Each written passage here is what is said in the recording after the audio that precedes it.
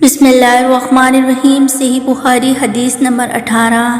Chapter ایمان کا بیان، سند حدیث اور حدیث مبارکہ صلی اللہ علیہ وسلم۔ ہم سے اس حدیث کو ابو الیمان نے بیان کیا، ان کو شعیب نے خبر دی، وہ ظاہری سے نقل کرتے ہیں۔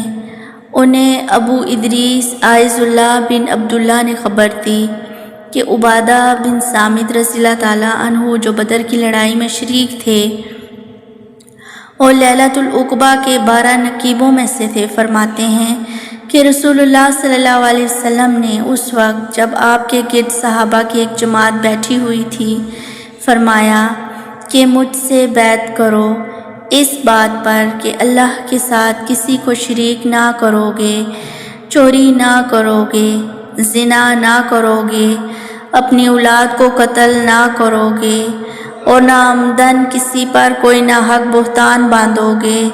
اور کسی بھی اچھی بات میں اللہ کی نافرمانی نہ کرو گے۔ جو کوئی تم میں اس عہد کو پورا کرے گا تو اس کا ثواب اللہ کے ذمہ ہے،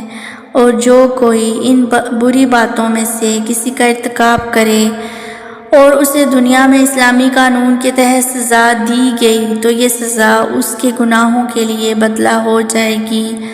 اور جو کوئی ان میں سے کسی بات میں مبتلا ہو گیا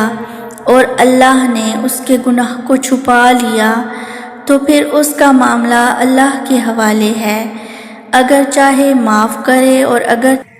چاہے تو سزا دے دے۔ عبیدہ کہتے ہیں کہ پھر ہم سب نے